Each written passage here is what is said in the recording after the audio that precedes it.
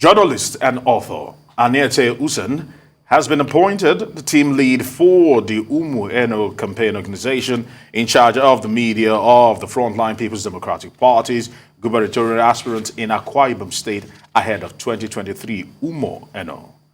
For more on the governorship election in Akwa Ibom, Anietie Usen joins us right now. I want to say thank you very much for joining us here on Newsday. Congratulations on your appointment.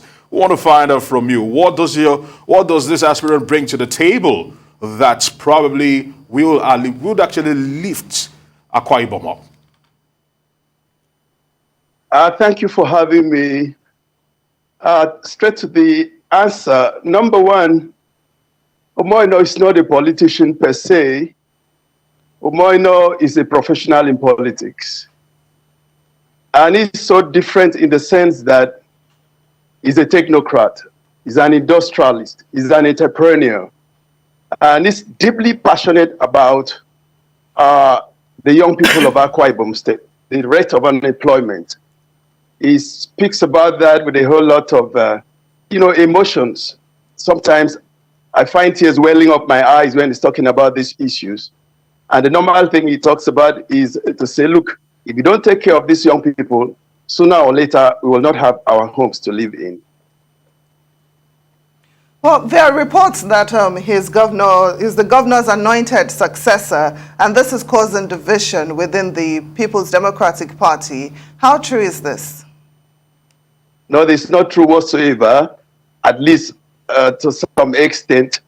The governor did not endorse him alone. I'm sure you would have noticed the bandwagon of endorsements all over the state, the House of Assembly, the traditional rulers, the local government chairman. There's been support sprouting up everywhere.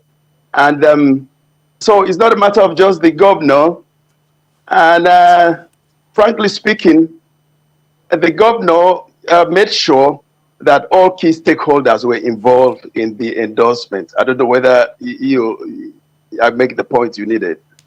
Well, we are also hearing reports that another candidate, has pulled out of the governorship race, leading to speculations that Umo Eno just might be the consensus candidate.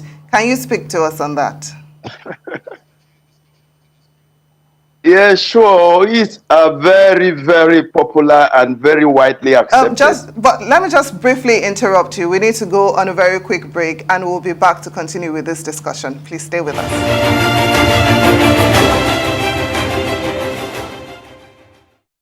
Welcome back to Newsday. We still have with us journalist and head of the Umo Eno campaign organization, Anietie Usen. I was asking you about reports that... Thank you. You're welcome. I was asking about reports that he might be the consensus candidate of the People's Democratic Party. You were just about to tell us more about it. Yeah, sure. That would be a very wonderful thing to happen. But for now, he's very, very popular. He's been accepted by the ESCO of the state. He's been accepted by the House of Assembly, senators, traditional institutions, youth groups. So I won't be surprised if at the end of the day, it becomes a consensus candidate. But one thing needs to be said, that every other aspirant in the race is a very competent, person. Akwa Ibom has been very blessed with good governors. That's why our state is probably one of the best states in the country now. And so the others are quite competent. They're still in the race to the best of my knowledge. But to say that we have a consensus situation at this point in time, I'm not aware of that. And there's a lot of discussion about the role that the youth will play in governorship and in just in general within Nigeria. In Akwa Ibom, let's discuss what Umo Eno has in store for the youth in terms of governorship if he does win. Oh, a whole lot. Already, Umo Eno is the biggest employer of youths in the state.